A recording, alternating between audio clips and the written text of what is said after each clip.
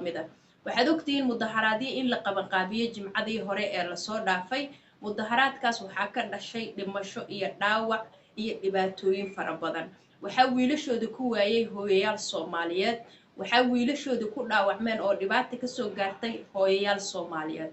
waxaa jiro hadeertan mudaharaad la qaban qaabiyay oo la rabo inuu jimcada soo socoto oo ka dhaco magaalada Muqdisho mudaharaadkaas si loo baajiyo waxay u baahan tahay in wax badan laga hadlo oo wiilasha wax badan la fahansiiyo waxaan u maleynayaa inaadan ogeynin haddii aad mudaharaad aado ama mudaharaad Assalaamu calaykum waraxmatullaahi wabarakaatuh waa idin salaamo dhammaan asxaabteyda qaaliga meel walbo joogtiin soo dhawaada maalmahan waa kala maqneynay soo dhawaada waxaan idinka codsanayaa fiidiyogan hadduu idin soo gaaro inaad subscribe like share comment qurux badan aad ka soo bixisaan like waa free lacag maahan waxayna fiidiyowga gaarsiin kartaa meel sare ama waxay YouTube-ka gaarsiin kartaa meel sare ogow markaan aniga aan meeshan soo fariisto oon hadlayo waxaan jecelahay inaan ka hadlo wax muhiim ah wax ummadayna Soomaaliyeed anfacayo wax adiga aad wax badan ka fahmi karto oo caafimaad aad ku fiirsan karto adigoon xanaaqsanayn oo caafimaad qabana aad oo ka dhamaanayo okay waxaan rabaa maanta inaan ka hadlo mowduuc aad iyo aad u muhiim ah laakiin waxaan rabaa inaad si share garayso asxaabtaada u dirto si ay wax badan uga fahmaan asxaabtaada maanta waxaan rabaa inaan idin la wadaago waxaa jirtay jimcadii hore oo la soo dhaafay mudaharaadyo aad iyo aad u fara badan mudaharaadkan waad ogtihiin dhibaatada iyo dhaawaca iyo rafaadka uu dhaliyay hooyooyina jajabeen aabooyina ku kufeen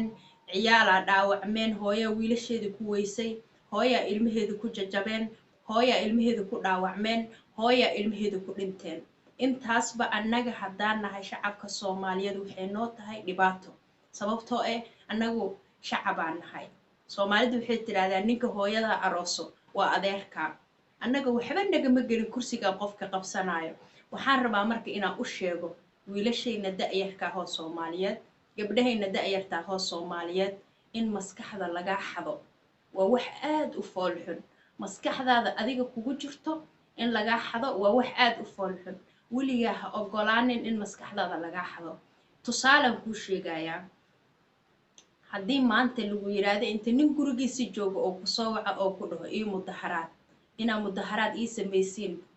aan u baahanahay ninkaas kuma soo raacayo qofka u horeeyo oo mudaharaadka qaban qaabinayo asaga ma naqanayo sariirtiisu jiifanaya wuxuu rabaa inuu idinka aad u mudaharaadeen wuxuu rabaa inuu idinka taaka idinka dhigto wuxuu rabaa inuu codkiina ku soo baxo ogow dhibaatada kaaga imaan kartaan ku sheegaya marka haddii adiga aad mudaharaad qaban qaabiso adigoon biri waxba ku helaynin waxba kuma helaysid haddii aad mudaharaad qaban qaabiso ee aad mudaharaadkii aad samaysaan xabadda soo dhacayso adigay kugu dhacaysaa haddii la kala ordo ood cararto ood kufto adigaa ku faayo lugaadna ka jabay ninkaasu bishilin kuma gadaayo waa inaad taas ogaato horta inaad taas ogaatiin rabaa haddii qorraxu dhacdo adigay qorrax kugu dhacaysaa biyaad u baahantaa asaguna ma kuu gadaayo gurigiisa iska fadhiyaa wuxuu rabaa inaad codkaaga oo ku soo baxo biri wuxuu rabaa inuu codkaaga oo ku noqdo nin cod leh ogow biri markuu meeshuu rabo tago asaga waxba kuuma samaynayo adigaa jajabayo okay intaas haddaan ka gudbo waxaan idin sheegayaa jimcadii hore mudaharaadkii la sameeyey mudaharaadkii ku xigay waxaa la go'aamiyey maanta in mudaharaad kale la sameey doono jimcada soo socoto waxaan uga digayaa marka carruurtayna yaryarka gabdhahayna yaryarka inaysan mudaharaad aysan ka qayb qaadan inaysan dhibaato isu horseedin waa dhibaato kugu yahay wuxuu dhibaato kugu yahay mudaharaad aan dadka dhan isla wada ogoleen oo hal nin oo wato adigana dhibaata ka soo gaarayso dhibaatadaasna way iska caddahay adigana isu keena marka waxaan idin sheegayaa inaad dhibaato walba oo imaanaysa aad ka foojignaataan inaad aqligiina kala qaybisiin oo nin uusan jaranjar idinka dhiganin nin dan leh hadduu jaranjar kaa dhigto waxaad naqanaysaa qof doqona marka jaranjar yaa laydinka dhiganin naftiina u taxadira hooyooyinka waxaan idin sheegayaa inaad carruurtiina ka celisiin meelaha lagu mudaharaadayo sababtoo ee waa